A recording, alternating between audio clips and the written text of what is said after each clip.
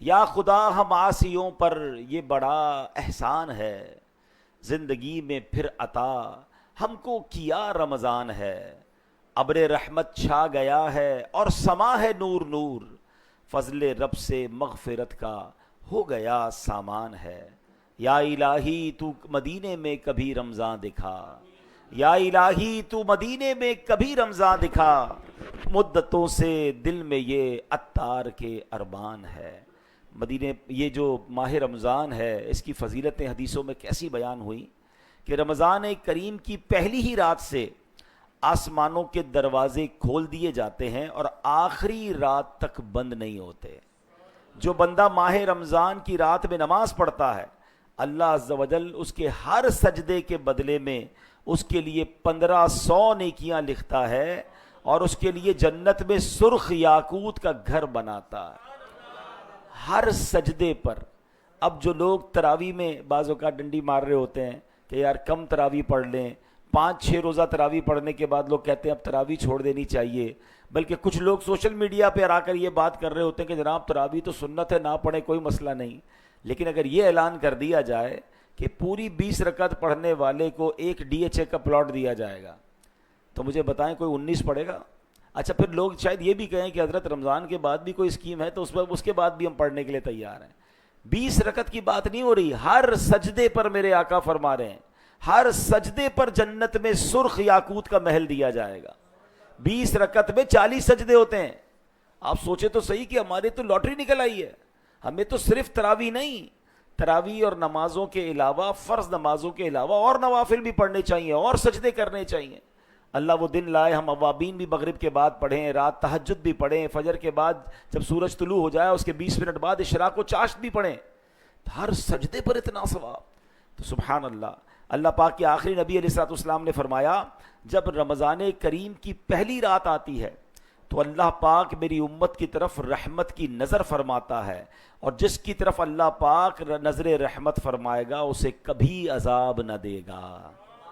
رمضان کریم میں افطار کے وقت روزانہ 10 لاکھ گناہ گاروں کی مغفرت کر دی جاتی ہے۔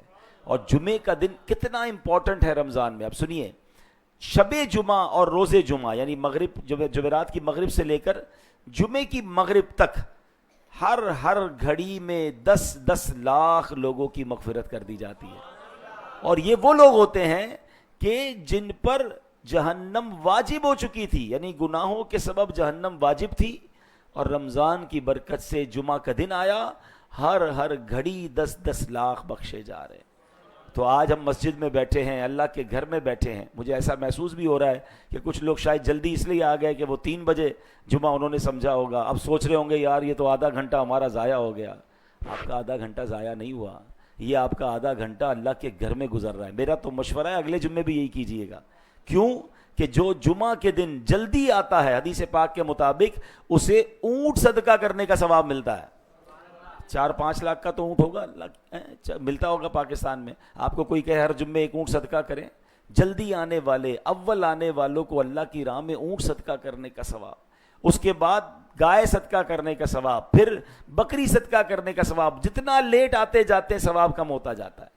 تو اللہ کے گھر میں جلدی آ کر بیٹھا کریں، کچھ بیان سنیں گے، کچھ سیکھنے کو ملے گا، اور ویسے بھی رمضان کا جمعہ ہے، ہر گھڑی 10 لاکھ بخشے جا رہے ہیں۔ اللہ کرے کہ آج بخشے جانے والوں میں ہمارا نام بھی لکھ دیا جائے۔ اور پھر جب رمضان کی 29ویں رات آتی ہے تو مہینے بھر میں جتنے جہنم سے آزاد کیے گئے تھے ان کے مجموعے یعنی ان کے ٹوٹل کے برابر اس ایک رات میں آزاد کر دیے جاتے ہیں۔ پورے مہینے میں تو کروڑ بخشے گئے، 29ویں جب رات آئے گی انشاءاللہ تو پھر جتنے پورے مہینے میں بخشے گئے ہیں اس کا ٹوٹل کر کے رمضان کی آخری رات وہ بھی بخش دیے جاتے ہیں۔ تو اللہ کریم اس مہینے کا ہمیں خوب احترام کرنے کی توفیق عطا فرمائے، اس مہینے میں خوب نیکیاں کرنے کی توفیق عطا فرمائے۔ جمعے کے بیان میں ہم کوشش کرتے ہیں کہ قرآن پاک کی کوئی آیت، پھر اس کا ترجمہ اور اس کی تفسیر سمجھنے کی کوشش کرتے ہیں۔ اور ماہ رمضان جو ہے وہ تو ویسے بھی ماہ قرآن ہے، اسی مہینے میں قرآن نازل ہوا ہے، تو اس مہینے میں تو قرآن اور اچھے انداز سے ہمیں انڈرسٹینڈ کرنا چاہیے۔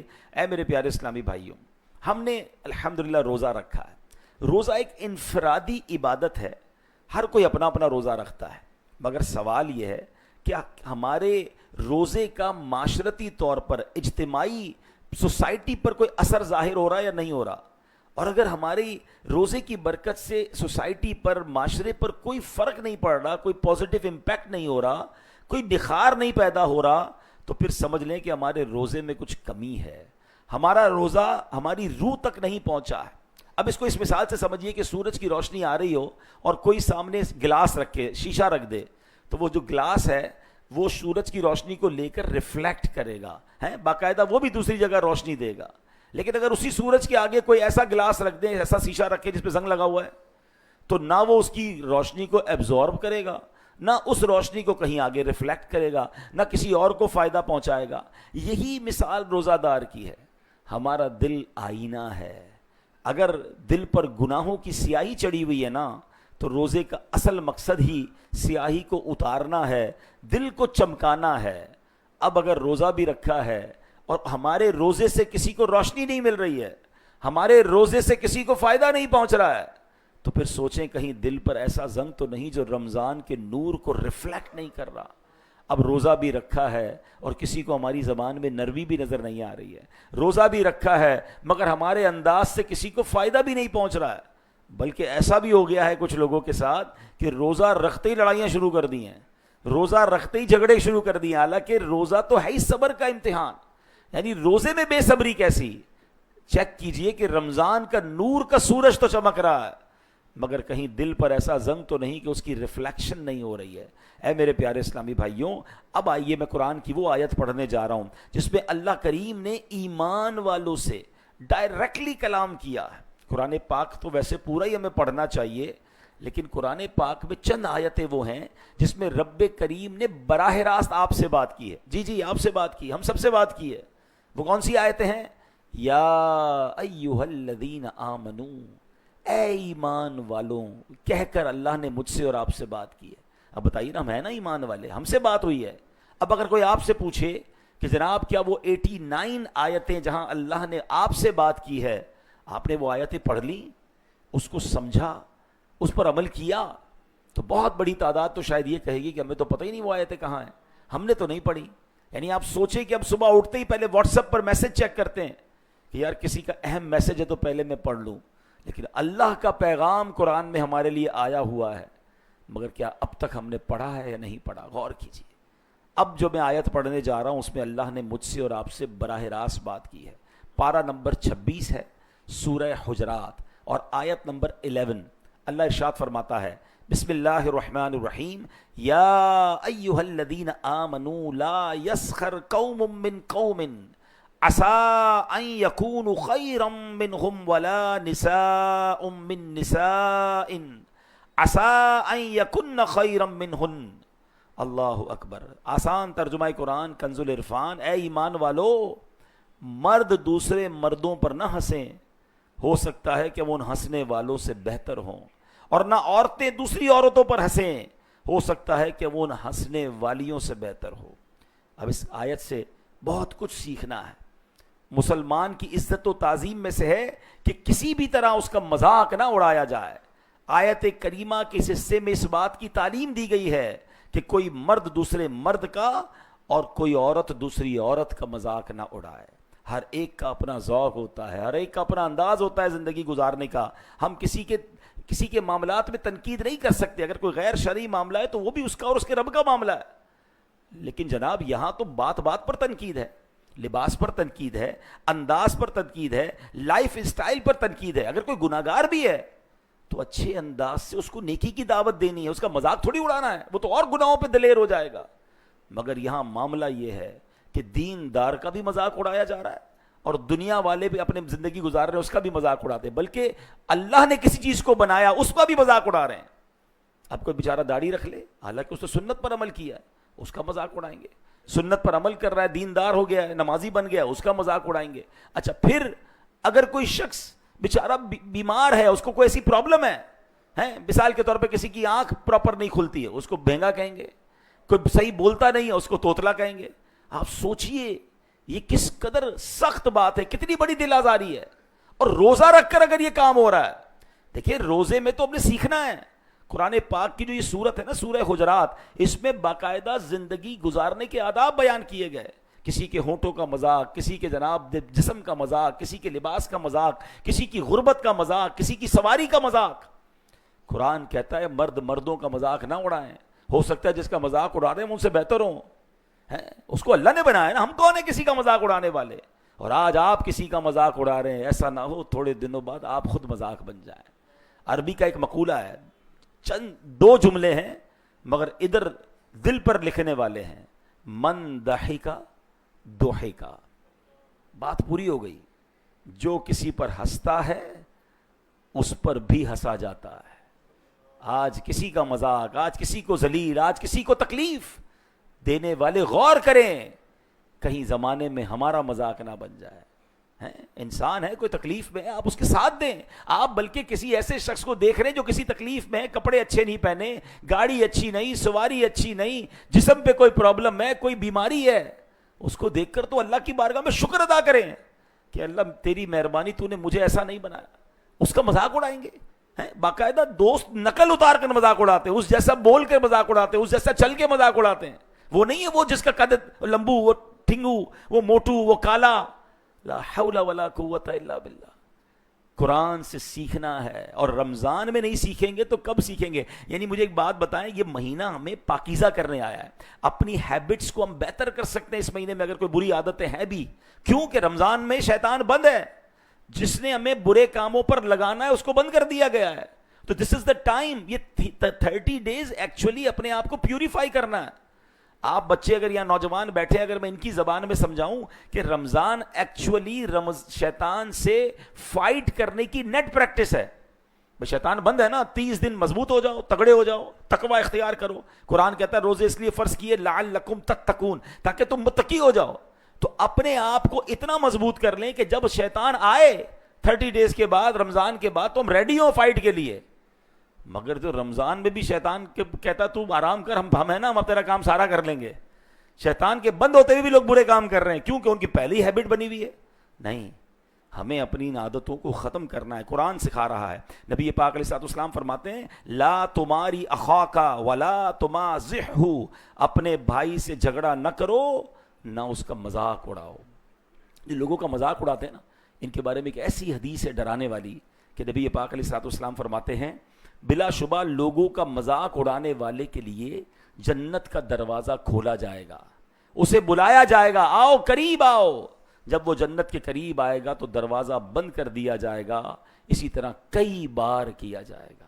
آپ اس کی حسرت سوچیں جو محشر کے میدان میں تپتی دھوپ میں کھڑا ہوگا، سورج 1 میل پر ہوگا اور لوگ پسینے میں شرابور ہو رہے ہوں گے، اور اعلان ہوگا کہ آ جاؤ جنت کی طرف. اس کی خوشی کا عالم کیا ہوگا؟ مگر جب جنت کے دروازے پر پہنچے گا تو وہ دروازہ بند کر دیا جائے گا، اس کو دوبارہ بلایا جائے گا، دوبارہ بند کر دیا جائے گا. وہ لوگ سوچیں کسی کی بیل بجا کر بھاگ جاتے ہیں، اسے تکلیف دیتے ہیں، کسی کی گاڑی کی چابی چھپا دی. یہ دوستوں میں عموماً عام ہوتا ہے. یاد رکھیے وہ مزاح جو تکلیف دہ ہے، وہ مزاح جس سے انسان کو تکلیف پہنچتی ہے، حرام، جہنم میں لے جانے والا کام ہے. ایک ایسا مزاح ہوتا ہے جس میں چلے مسکراہٹوں کا تبادلہ ہو گیا، کوئی اچھی بات کر لی، مگر اس میں جھوٹ نہیں ہے، اس میں دل آزاری نہیں ہے، وہ ٹھیک ہے. لیکن باقاعدہ تکلیف پہنچائی جاتی ہے، جھوٹی خبر دی جاتی ہے تمہارے والد کا ایکسیڈنٹ ہو گیا ہے، وہ بیچارہ روتا ہوا گھر پہنچتا ہے تو پھر بعد میں ہنستے کہ ہم تو مذاق کر رہے تھے. اور اس بنا پر بعض اوقات ایکسیڈنٹ ہو جاتے ہیں لوگوں کے، وہ بیچارہ جلدی گاڑی چلاتا ہے کہ والد ہاسپٹل میں، والدہ ہاسپٹل میں. یہ کیسا مذاق ہے؟ مذاق جس میں تکلیف پہنچے. مزاح اور چیز ہے کہ آپ نے کوئی ایسی بات کی کہ سامنے والا بھی مسکرایا، آپ بھی مسکرا دیے. سبحان اللہ. سرکار دو عالم علیہ الصلوۃ والسلام کی طبیعت میں بڑا پیارا ایک سافٹ انداز تھا کہ نبی پاک کبھی کبھی ایسی گفتگو فرماتے کہ صحابہ کے چہروں پر مسکراہٹ آ جاتی. ایک صحابیہ آ کر نبی پاک سے عرض کرتی ہیں حضور مجھے اونٹ عطا فرمائیے. نبی پاک فرماتے ہم تو تمہیں اونٹ کا بچہ دیں گے. کہتی حضور میں اونٹ مانگ رہی ہوں، آپ مجھے اونٹ کا بچہ دیں گے. آقا فرماتے ہم آپ کو اونٹ کا بچہ دیں گے. جب تھوڑی دیر ہو گئی تو سرکار علیہ الصلوۃ والسلام نے فرمایا کوئی بھی اونٹ اگر تمہیں دیا جائے گا وہ اونٹ کا بچہ ہی ہوگا نا. اب بتائیں اس میں کوئی دل آزاری والی بات تو نہیں، مگر پوری محفل میں مسکراہٹوں کا تبادلہ ہو گیا. بلکہ سچی بات ہے میں دیکھ رہا ہوں یہاں بھی کئی چہروں پر مسکراہٹ آ گئی ہے. یعنی سبحان اللہ، میرے آقا کا انداز دیکھیں، 1400 سال بعد بھی امت مسکرا رہی ہے. تو ایسا کام کریں نا کہ بھائی مسکراہٹ آئے، نہ کہ تکلیف پہنچائیں. تو مذاق نہیں اڑانا، یہ اللہ کو سخت ناپسند ہے. تو اے میرے پیارے اسلامی بھائیوں، اب اسی جناب آگے چلتے ہیں کہ اب تانا دیتے ہیں کچھ لوگ. حضرت عبداللہ علامہ عبد المصطفیٰ اعظمی رحمۃ اللہ تعالی علیہ فرماتے ہیں اہانت اور تحقیر کے لیے, کسی کو ذلیل کرنے کے لیے زبان یا اشاروں یا کسی اور طریقے سے مسلمان کا مذاق اڑانا حرام اور جہنم میں لے جانے والا کام ہے. یعنی نظر سے بھی مذاق نہیں اڑا سکتے. دیکھا نا, بولیں گے بھی نہیں کچھ, اشارے سے اگلے کو ذلیل کر رہے ہوں گے, دو دوست مل کر تیسرے کو, یہ بھی حرام ہے. اب ذرا غور کر لیجیے. اب آگے چلتے ہیں, قرآن آگے کیا کہتا ہے, وَلَا تَلْمِزُوا أَنفُسَكُمْ, اور آپس میں کسی کو تانا نہ دو, یعنی زبان یا اشارے کے ذریعے ایک دوسرے پر عیب نہ لگاؤ, کیونکہ مومن ایک جان کی طرح ہے. جب کسی مسلمان پر عیب لگایا جائے گا تو گویا اپنے اوپر ہی عیب لگایا جائے گا. کبھی کسی کو تانا نہ دیں, غریب کو غربت کا تانا نہ دیں. اللہ اکبر, کسی کو کسی کی جناب خاندان کے اس کی جو کیا کہتے ہیں برادری کا تانا نہ دیں. کوئی ٹھیلا لگاتا ہے اسے ٹھیلا لگانے کا تانا نہ دیں. جس کے یہاں صرف بیٹیاں ہوں اسے بیٹیاں ہونے کا تانا نہ دیں. ارے بیوی کو لوگ تانا دیتے ہیں کہ تیرے یہاں تو بیٹا ہی نہیں ہوتا, بیچاری کسی عورت کے یہاں اولاد ہی نہیں ہو رہی, اس کو بے اولادی کا تانا دیتے ہیں. کوئی بندہ بیچارہ کاروبار میں نقصان کر دیا, اس کو اس کا تانا دیتے ہیں. قرآن کہتا ہے تانا نہ دو. اے میرے پیارے اسلامی بھائیوں, نبی پاک علیہ الصلوۃ والسلام کی حدیث سنیے, بہت لعنت کرنے والے, بہت تانے دینے والے قیامت کے دن نہ گواہ ہوں گے نہ شفیع.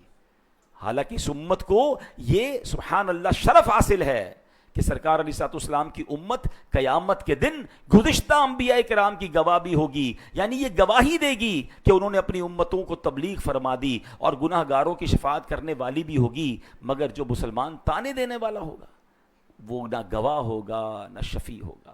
تانے کی ٹونٹ کرنے کی عادت نکال دیں. اچھا, تانا دینے والا پسند بھی کسی کو نہیں آتا. آپ بھی دیکھ لیں, آپ کو ایسا دوست, ایسا بندہ کبھی اچھا نہیں, جب جاؤ اس کے پاس کوئی تانا ہی ہوگا.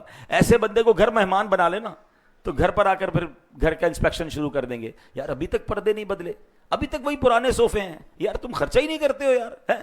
بندہ کہ یار میں نے گھر میں مہمان بلایا, کوئی انسپیکٹر بلایا ہے, کسی کے گھر جا کر بھی تانے دے کر آئیں گے. نہیں جناب, تانا دینے والے کو دنیا میں بھی کوئی پسند نہیں کرتا. اللہ کے یہاں تو وہ ناپسند ہے, دنیا میں بھی لوگ دور رہتے ہیں.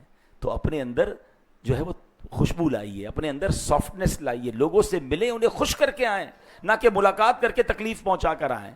تو اللہ کرے کہ ہم ان عادتوں کو چھوڑ دیں. اسی آیت میں ایک تیسرا ادب بیان ہوا. یہ ماہ رمضان میں یہ سنتے جائیے اور اپنے دل سے, اپنی عادتوں سے ان برائیوں کو دور کرتے جائیے. قرآن کہتا ہے وَلَا تَنَابَزُوا بِالْأَلْقَابِ, اور ایک دوسرے کے برے نام نہ رکھو. سیدنا مفتی محمد نعیم الدین مراد آبادی اس آیت کے تحت لکھتے ہیں, یعنی وہ نام جو انہیں ناگوار معلوم ہو ان ناموں سے نہ پکارو.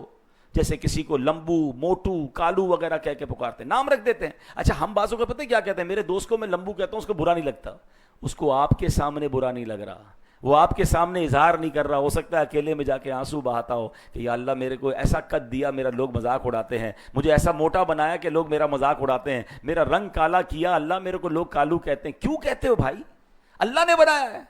اگر آپ کے ساتھ ایسا نہیں ہے تو آپ کو تو شکر ادا کرنا چاہیے. مگر کچھ لوگوں کے نام رکھتے ہیں. قرآن کہتا ہے برے نام نہ رکھو, ان کو ایک دوسرے کے برے ناموں سے نہ پکارو, اچھے ناموں سے لوگوں کو پکارنا چاہیے. اب اللہ اکبر, آگے قرآن پاک اسی آیت میں ایک اور برے عمل سے ہمیں بچا رہا ہے. ٹونٹ, ہمیں تنبیہ کی جا رہی ہے, ہمیں وارن کیا جا رہا ہے. کیا فرمایا, یا ایھا الذین آمنوا اجتنبوا کثیرا من الظن ان بعض الظن اثم. اے ایمان والو, بہت زیادہ گمان کرنے سے بچو, بے شک کوئی گمان گناہ ہو جاتا ہے. اب اس آیت کے تحت کیا ہے, تفسیر صراط الجنان میں ہے, آیت کے اس حصے میں اللہ پاک نے مسلمانوں کو بہت زیادہ گمان کرنے سے منع فرمایا, کیونکہ بعض گمان ایسے ہیں جو محض گناہ نہیں ہیں. لہٰذا احتیاط کا تقاضا یہ ہے کہ گمان کی کثرت سے بچا جائے. اب گمان کی 3 قسمیں ہیں. نمبر 1, واجب, اللہ پاک کے ساتھ اچھا گمان رکھنا واجب ہے. اللہ جو کرے گا بہتر فرمائے گا. لوگ تو اللہ سے ہی بدگمان ہو گئے, معاذ اللہ, کہ یار معاذ اللہ کہنے میں بھی ہمت نہیں پڑ رہی کہ اللہ ہماری سنتا نہیں ہے, میرے لیے تو کچھ ہوتا ہی نہیں ہے. ارے اللہ سے ہی بدگمان ہو گئے. اللہ جو فرمائے گا بہتر کرے گا. یہ واجب ہے کہ اللہ سے اچھا گمان رکھا جائے, کیونکہ حدیث قدسی میں ہے حدیث قدسی کا خلاصہ ہے کہ میں اپنے بندے کے گمان جیسا اس کے ساتھ معاملہ کرتا ہوں. آپ اچھا گمان کریں, آپ کے ساتھ اچھا معاملہ ہوگا. کچھ لوگ کہتے ہیں نا یار برے وقتوں کے لیے پیسے بچا کے رکھو, کمیٹی ڈالتے ہیں, بی سی ڈالتے ہیں. اس کا مطلب آپ برے وقتوں کا انتظار کر رہے ہیں؟ نہیں, آپ جو یہ کہتا ہے اس کے ساتھ برا وقت آنے والا ہے, ریڈی رہیے. آپ یہ کیوں نہیں کہتے کہ میں اچھے وقتوں کے لیے پیسے جمع کر رہا ہوں, انشاءاللہ حج پہ جاؤں گا, مدینے جاؤں گا, پیسے ہوں گے تو کسی غریب کی مدد کروں گا, اللہ کی راہ میں خرچ کروں گا, تو انشاءاللہ اچھے ہی وقت آئیں گے. ہمیں کیوں یہ گمان رکھنا ہے کہ میرا ٹف ٹائم آنا ہے اس لیے میں تیاری کر رہا ہوں؟ اللہ بڑا کریم ہے, میرا مولا کریم ہے, وہ کرم فرمائے گا, مجھے مشکلوں سے محفوظ فرمائے گا. اللہ کے ساتھ اچھا گمان رکھنا یہ واجب ہے. نمبر 2 مستحب, یعنی نیک مسلمان کے ساتھ اچھا گمان رکھنا. کوئی بندہ چہرے سے نیک نظر آ رہا ہے, اس کے ساتھ اچھا گمان رکھیں, اس کی ٹو میں نہ پڑیں, یہ مستحب ہے. اور ایک گمان حرام جو ہمارے یہاں بہت زیادہ عام ہو گیا, اور وہ کیا ہے کہ اللہ پاک کے ساتھ برا گمان رکھنا, یوں ہی کسی مسلمان کے لیے بدگمانی کرنا, یہ حرام ہے. اب مسلمان کے ساتھ بدگمانی تو ایسی دماغ میں فٹ ہو گئی ہے. مثال دیتا ہوں, کسی کو فون کیا, اس نے فون نہیں اٹھایا, ہاں بھائی بڑا آدمی ہو گیا ہے, اب کدھر سے فون اٹھائے گا, مطلب ہوتا ہے تو فون اٹھاتا ہے. کسی کے گھر گئے, بیل بجائی, بچے نے آ کر کہا ابو نہیں ہے, اندر بیٹھا ہوگا جھوٹ بول رہا ہے. یعنی ہماری سوئی نیگیٹو سے شروع ہوتی ہے. بھائی کیا ہر فون آپ بھی اٹھاتے ہیں؟ ابھی آپ مسجد میں بیٹھے, ہو سکتا ہے آپ کا فون سائلنٹ پہ ہو, بج رہا ہو, تو آپ بھی تو نہیں اٹھائیں گے. نماز پڑھیں گے تو نہیں اٹھائیں گے نا, واش روم جائیں گے تو نہیں اٹھائیں گے. تو جب آپ کسی موقع پر آرام کرتے ہوئے فون نہیں اٹھاتے, تو ہو سکتا ہے یار اپنے بھائی کو کال کر رہے ہیں, وہ نہیں اٹھا رہا, وہ آرام کر رہا ہوگا, وہ نماز پڑھ رہا ہوگا, وہ تلاوت کر, اس کو مارجن تو دیں. مگر اسٹارٹ ہی بدگمانی سے ہے, اور یہ بدگمانی بعض صورتوں میں حرام, جہنم میں لے جانے والا کا. ہر معاملے میں بدگمانی ہے. کوئی رو رہا ہے دعا کے اندر, شیطان دیکھے ہمیں رونا نہیں آ رہا, لیکن کسی کو روتے ہوئے دیکھ کر ہاں دکھاوا کر رہا ہے, بہت چیٹر آدمی. ارے وہ اللہ کی بارگاہ میں رو رہا ہے, آپ بدگمانی کا گناہ کما رہے ہیں. آپ سوچیں تو صحیح, ہو کیا گیا ہے؟ یہاں تک کہ کوئی عمرے اور حج پہ جائے نا, 2 نمبر کے پیسوں سے جا رہا ہے. یار آپ کے پیسے لے کر گیا ہے, وہ جانے, اس کا رب جانے. لیکن یہ ایسی بیماری اندر آ گئی ہے جو ہمیں اندر ہی اندر ہمارے لیے گناہوں کا میٹر چل رہا ہے, اور ہم کہیں برباد نہ ہو جائیں. حدیث پاک سنیے, میرے آقا فرماتے ہیں اپنے آپ کو بدگمانی سے بچاؤ, کہ بدگمانی بدترین جھوٹ ہے. نیگیٹیوٹی ختم کریں, حسن ظن رکھیں, پازیٹیو ہو جائیں, لوگوں کی خوشیوں میں خوش ہونا سیکھیں. کسی کو گھر ملا ہے تو آپ بھی انجوائے کریں کہ اللہ نے اس کو گھر دیا, اللہ اور دے. اس کو گھر ملا ہے, آپ نے کیلکولیشن شروع کر دی, یار یہ پیسے کدھر سے آئے, کوئی نہ کوئی چکر چلایا ہوگا. یار آپ آڈیٹر ہیں, آپ اس کا گھر کا حساب کرنے بیٹھ گئے کیوں؟ اچھا کر کچھ نہیں سکو گے, اگر اللہ نے نصیب میں لکھا اللہ اور گھر دے گا اس کو. یہ جلنے والا بیچارہ حسد میں جلتا بھی رہے گا اور بدگمانی کا گناہ بھی کمائے گا. تو حسن ظن رکھیں, پازیٹیو رہیں. بڑا پیارا جملہ ہے, اگر یاد کر لیں کہ حسن ظن میں کوئی شر نہیں اور بدگمانی میں کوئی خیر نہیں. آپ پازیٹیو رہیں, آپ بہت انجوائے کریں گے لائف کو, آپ کو ٹینشن نہیں ہوگی. لیکن جو بدگمانیاں پال کے بیٹھے نا لوگوں کے بارے میں ہیں, اسی لیے آگے قرآن کہتا ہے ولا تجسسوا. ایک اور پرابلم بتایا کہ پوشیدہ باتوں کی جستجو نہ کرو, ٹو میں نہ رہو. لوگ دوربین لگا کے رکھتے ہیں, یار یہ اٹھتا کتنے بجے, سوتا کتنے بجے, دن میں جاتا کدھر ہے, اس دن یہ ڈیفینس میں نظر آیا تھا کیا کر رہا ہوگا, یار یہ ادھر اس کی گاڑی کھڑی تھی, کوئی نہ کوئی پلاننگ ہوگی. ہمیں کیا پرابلم ہے, ہمیں کیوں تجسس ہے لوگوں کے ٹو میں پڑنے کا ہے, یہ فلاں کے ساتھ کیوں کھڑا ہے, باتیں کیوں کر رہا ہے. یعنی کچھ لوگ تو اتنے تجسس والے ہیں کہ ان کو دیکھ کر اگر ہم مسکرائیں نا تو کہتا ہے لگتا ہے مجھے دیکھ کر مسکرا اس لیے رہا ہے, کوئی نہ کوئی پلاننگ ہی کر رہا ہے. اچھا کسی دن نہ مسکرائے تو کہتا ہے لگتا ہے بہت میرے خلاف ناراض ہو گیا ہے, اب کچھ اور پلاننگ کر رہا ہے. بندہ کہے یار اس کو دیکھ کے مسکراؤں یا چپ رہوں, ہر بات میں کوئی نہ کوئی نیگیٹیوٹی ہے. ولا تجسسوا, قرآن کہہ رہا ہے پوشیدہ باتوں کی جستجو نہ کرو. مثال کے طور پہ کسی کو کہنا ہے رات بھر جاگتے ہو, لگتا ہے فجر نہیں پڑھتے ہوگے. یار آپ کو کس نے اجازت دی ہے کہ آپ اس کے بیڈ روم میں داخل ہو جائیں اور اس سے پوچھیں کہ کیا وہ کر رہا ہے؟ وہ جانے, اس کا رب جانے. لوگوں کے عیب تلاش نہ کریں. اللہ اکبر. مسلمانوں کی عیب جوئی یعنی اس کے عیب تلاش کرنا حرام ہے. ہاں اگر نوکر رکھنا ہے یا کسی کی کہیں شادی ہونے والی ہے اور وہ کسی سے پوچھتا ہے کہ یار میں یہاں رشتہ کروں, تو وہاں بتانا چاہیے کہ بھائی یہ پرابلم ہے. یہ ایک اجازت دی شریعت نے کہ بھائی اس بندے کو جاب پہ مت رکھو, میرے ساتھ بھی چیٹنگ کر کے گیا ہے. کوئی کاروبار میں ہم سے پوچھ رہا ہے کہ میں فلاں جگہ پیسے دے دوں, کاروبار کروں, اور آپ کو پتا ہے کہ اس بندے کے کاروبار میں یہ مسئلہ ہے, تو آپ بتا دیں کہ یار یہ کاروبار میں میرے ساتھ بیڈ ایکسپیرینس ہوا تھا, آپ احتیاط کر لیں. اتنی شریعت نے اجازت دی ہے. مگر شریعت کی الحمدللہ خوبصورت باؤنڈری دیکھیں کہ آپ سے کوئی پوچھتا ہے کہ میں فلاں سے کاروبار کروں, تو آپ اس کو صرف کاروبار کا مسئلہ بتائیں گے، یہ نہیں بتائیں گے کہ جناب یہ راتوں کو وہاں بھی جاتا ہے، دن کو یہ بھی کرتا ہے، فلاں سے دوستی بھی ہے، فلاں غلط کام. آپ کو ان تمام چیزوں کو جواب بتانے کی اجازت نہیں ہے. جتنا سوال، جتنی ضرورت، اتنا عیب بتائیں گے. کیوں؟ کیونکہ حدیث پاک میں آتا ہے جو کسی اپنے مسلمان بھائی کا عیب تلاش کرے گا اللہ پاک اس کا عیب ظاہر فرما دے گا، اور اللہ پاک جس کا عیب ظاہر فرما دے تو اسے رسوا کر دیتا ہے، اگرچہ وہ اپنے گھر کے اندر چھپ کر بیٹھا ہو. آپ سوچئے کسی کا عیب کھولیں گے تو کل ہمارا عیب کھل سکتا ہے. اے میرے پیارے اسلامی بھائیوں، جو کسی مسلمان کے عیبوں پر پردہ ڈالتا ہے اللہ پاک قیامت کے دن اس کے عیبوں پر پردہ رکھے گا. اگر آپ اور میں چاہتے ہیں کہ میرے عیب چھپے رہیں، اگر پتہ بھی چل جائے نا کسی مسلمان کا عیب تو ڈھک دیں، چھپائیں، نہ بتائیں. آج کل تو سوشل میڈیا کا زمانہ ہے، کسی کا عیب پتہ چلا فوراً شیئر کرنا ہے، فوراً جناب پتہ چلا اس کے بیٹے کا یہ مسئلہ ہو گیا، پتہ چلا اس کی بیٹی نے یہ کر دیا، پتہ چلا اس کی دکان پر فلاں چھاپا پڑ گیا، ہاں اس کے ساتھ یہ معاملہ ہو گیا. کیوں؟ ارے کل ہمارے عیب کھل گئے، ہم کدھر جائیں گے؟ اگر چاہتے ہیں کہ دنیا اور آخرت میں عیب چھپے رہیں تو لوگوں کے عیب چھپائیں. تو میں نے خیر چند باتیں عرض کی ہیں. اے میرے پیارے اسلامی بھائیوں، یہ رمضان ہمیں پاکیزہ کرنے آیا ہے، تو اسی رمضان میں ان عادتوں کو نکالیے، بلکہ ہر اس عادت سے اپنے آپ کو بچائیے جس سے ہم گناہوں میں مبتلا ہو جاتے ہیں. ایک بات آخر میں عرض کر دیتا ہوں کہ جس طرح عام جگہوں پر گناہ کرنا غلط ہے، مگر کوئی مسجد میں آ کر گناہ کرے تو لوگ کیا کہیں گے؟ خدا کا خوف کرو یار، مسجد میں گناہ کر رہے. کوئی پاکستان میں گناہ کرے غلط ہے، لیکن کوئی مکے میں جا کر گناہ کرے وہ اور شدید ہو جاتا ہے. اسی طرح کوئی عام دنوں میں گناہ کرے وہ غلط ہے، مگر رمضان میں گناہ کرنا یہ اللہ کے غضب کو زیادہ دعوت دینے والی بات ہے، اللہ کو ناراض کرنے والی بات ہے. یعنی شیطان بند، نیکیوں کا اجر بڑھا دیا گیا اور تم پھر بھی رمضان میں گناہ کر رہے ہو. تو یہ گناہ کیوں ہوتے ہیں؟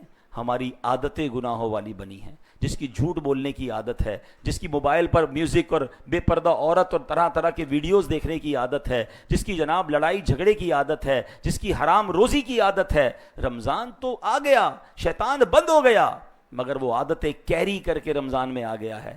پلیز خدارا ایسا نہ ہو کہ ہماری یہ بری عادتیں ہمیں رمضان میں بھی گناہ کروا دیں. تو ان گیدرنگز کو اوائڈ کیجئے، ان موبائل فون کی ایکٹیویٹیز کو اوائڈ کیجئے، ان سوشل میڈیا سے دور ہو جائیے، بلکہ ان دوستوں سے دور ہو جائیے کہ جہاں جا کر ہم سے گناہ ہو جاتے ہیں. ہم رمضان کو عبادت میں، تلاوت میں اور دعاؤں میں گزاریں. اللہ کریم ہمیں اس رمضان کی خوب برکتیں عطا فرمائے. ماہ رمضان میں میرے آقا خوب سخاوت فرمایا کرتے اور نبی پاک ہر آنے والے سائل کو عطا فرماتے. تو آپ بھی، ہم بھی کوشش کریں کہ اس مہینے میں خوب اللہ کی راہ میں خرچ کریں، اپنے غریب رشتہ داروں کا خیال رکھیں، اپنے ملازمین کا خیال رکھیں.